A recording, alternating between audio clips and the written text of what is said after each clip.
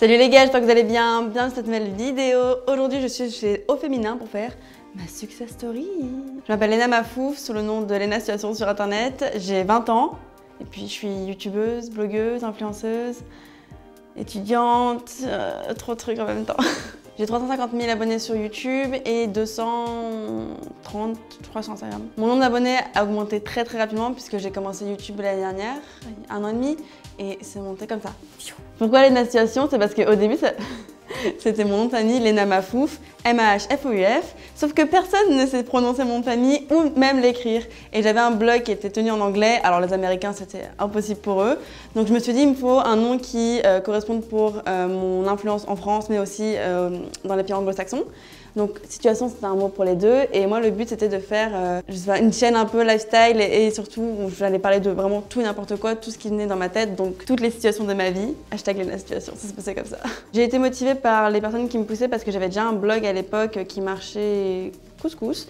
Et on me disait oui, c'est bien le blog et tout, mais sur YouTube on verra plus ta personnalité et on t'entendra parler, on te verra, etc.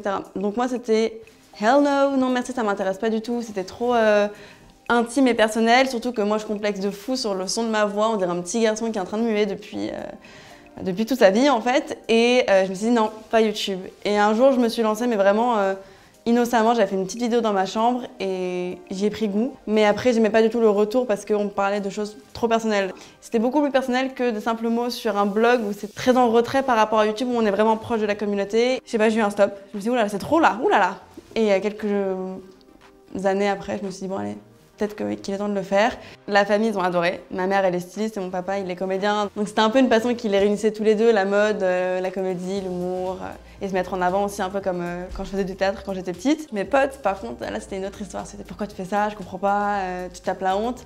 Mais c'était surtout ça, on le disait dans mon dos. Parce que moi j'étais, face à moi, on me disait absolument rien, et c'est après dans les bruits de couloir, c'est la youtubeuse, ouais, c'est la blogueuse. J'ai perdu pas mal de potes à cause de ça, parce qu'après aussi c'est un lifestyle qui change et on a un rythme de vie qui est un petit peu différent et on a beaucoup d'opportunités. Donc certains s'inspirent de cette réussite, d'autres en sont jaloux, et j'ai réussi à supprimer un peu toutes les personnes de ma vie qui étaient toxiques autour de tout ça, et pour garder que celles qui en ont rien à faire en fait, que je sois youtubeuse, boulangère ou pharmacienne. Quand j'ai commencé YouTube, je me suis toujours dit que j'allais pas afficher ma vie privée, donc on voit pas mon chéri, on voit pas ma maman, on voit que très peu mon petit frère. Mais mon père, il est comédien, donc je l'ai toujours vu sur la scène, j'ai toujours vu...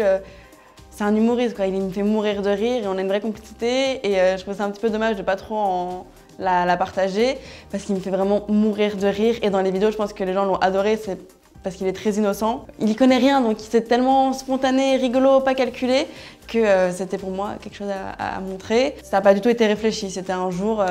il était dans mon dressing, il m'a dit ça coûte combien? Je lui ai dit, il a fait une réaction, j'ai cru qu'il allait tomber par terre et je me suis dit c'est hilarant, faudrait qu'on en fasse une vidéo. Et c'est après, d'ailleurs, la vidéo la plus vue de ma chaîne. Avant de vivre de YouTube, en fait, j'ai un petit problème, c'est que je suis hyper active et que j'ai toujours voulu faire plusieurs choses en même temps. Quand j'ai commencé à faire mes études, j'ai fait une spécialisation mode et luxe parce que je sais que c'est ce qui me passionne, qui me brûle en moi, ça va être la mode. J'étais très contente de faire ça, et en continuant mes études, je me disais ah mais je vais faire ça aussi, je vais faire ça, je vais faire ça, je vais faire ça. Et c'est pour ça qu'aujourd'hui, je m'épanouis autant en tant que youtubeuse et surtout influenceuse, parce qu'on a créé notre entreprise, on est chef d'entreprise, mais pour réussir sur les réseaux sociaux, même pour réussir en général dans ce milieu-là, tu es obligé d'être un couteau suisse, tu ne fais jamais qu'une seule chose. Donc c'était pour moi le vrai kiff, c'est de jamais avoir une journée qui ressemble à l'autre. Mais quand on me demandait avant, tu veux faire quoi plus tard, même quand on me le demande encore aujourd'hui, c'est trop de trucs. Moi j'aimerais lancer une marque de vêtements, j'aimerais avoir une entreprise, j'aimerais faire une boîte de production, j'aimerais aussi travailler dans la partie commerce, communication. Enfin, j'arrive pas à savoir qu'est-ce que je veux faire réellement, mais j'ai envie de créer un empire et j'aurais plein de petits boulots. J'ai réussi à concilier ma vie de youtubeuse avec mes études, parce que ma vie de youtubeuse, en fait, c'était vraiment très peu de temps par rapport à tout ce que je faisais avant. Parce que j'ai fini mes études à New York et qu'il fallait que je les paye parce que ça coûte très cher, et contrairement à ce que tout le monde pense, je viens pas du tout d'une famille super aisée et une fille à papa.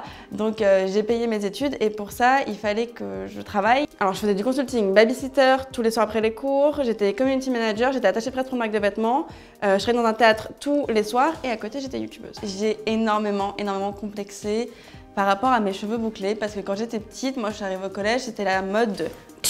Tu vois, les cheveux baguettes, c'était vraiment le plus gros complexe. Donc j'ai passé la moitié de ma scolarité, j'avais les cheveux comme ça, tu vois, tout toujours plaqué, pas cette mèche, hein, vraiment plaqué. Et pendant 3 semaines, un jour, j'ai pas été à l'école tellement j'en pouvais plus parce que je me suis fait harceler à cause de ça. J'ai eu beaucoup de chance parce que ma mère s'en est rendue compte.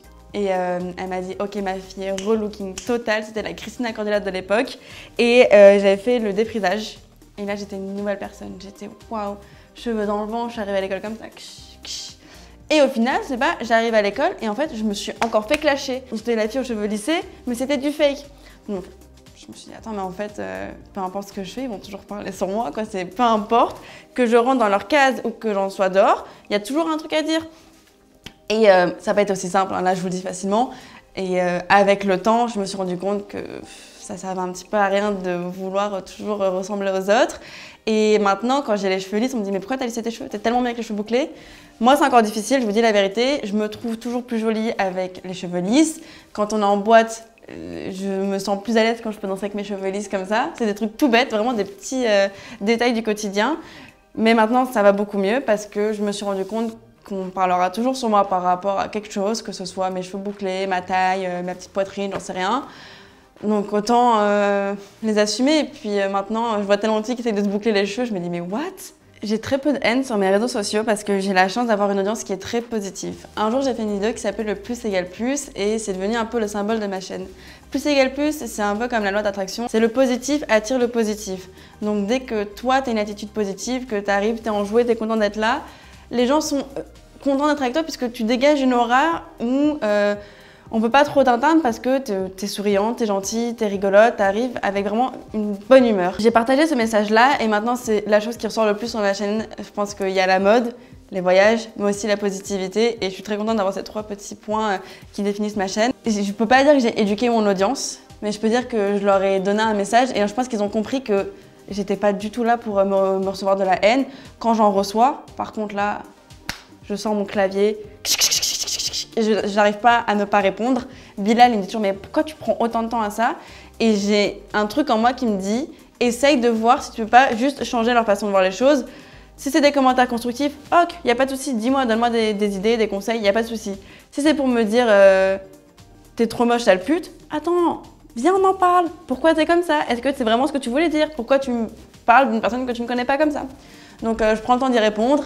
Et après, si je vois qu'ils sont bornés, qu'ils sont tout simplement bêtes, next. Je suis très copine avec Bilal, quand je vois ses commentaires, moi j'ai envie de partir vivre en Alaska. C'est un délire. Donc il est fort et ça m'inspire aussi pour être comme lui. Pour moi, si vous voulez vous lancer sur les réseaux sociaux, si c'est pour YouTube, il faut avoir une certaine force mentale pour se mettre sur les yeux vraiment de tout le monde.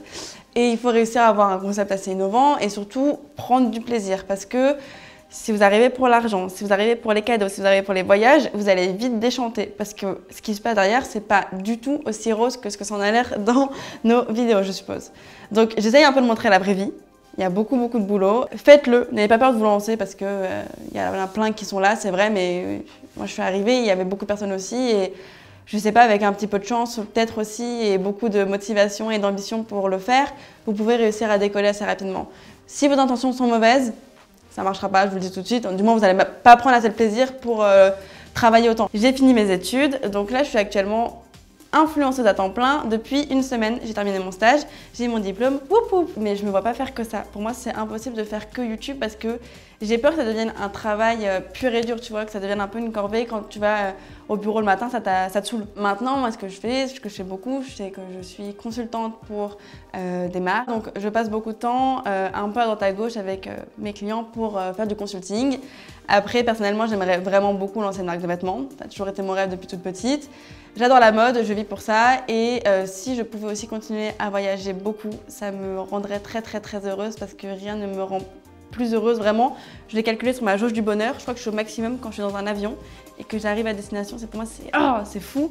Donc si je pouvais continuer de voyager, créer ma petite marque de vêtements, faire des chaussures, avoir plein de boutiques dans le monde entier, taper la vie de la Kris Jenner, ce serait magnifique. Mon plus grand rêve, c'est de gagner beaucoup d'argent pour m'acheter une grande maison. Donc ce serait plus l'hôtel Mafouf, mais ce serait l'hôtel particulier Mafouf, où tout le monde pourrait venir. J'aurais mes 6 enfants, on serait tous très heureux. Je serais la Kris Jenner nouvelle génération, donc toujours beaucoup travailler. J'arrive pas à imaginer ma vie sans travailler. Avoir ma petite maison à Los Angeles à côté de la plage et voyager comme bon me semble, payer des super études à mes enfants et je pense qu'on serait bien. Vous pouvez me retrouver sur YouTube à la chaîne Léna Situation, c'est moi, et sur Instagram c'est Léna Mafouf, M-A-H-F-O-U-F. Les gars, plus égale plus, croyez-moi, je sais qu'on dirait que c'est un peu des paroles en l'air, ma vie a totalement changé depuis que je suis une personne beaucoup plus positive et depuis que je travaille beaucoup. Donc croyez en vos rêves, croyez en vos ambitions, plus égale plus, gardez-les dans vos têtes. Et j'ai hâte de voir vos projets, j'ai hâte de voir vos futures chaînes YouTube et peut-être vlogs. Bye!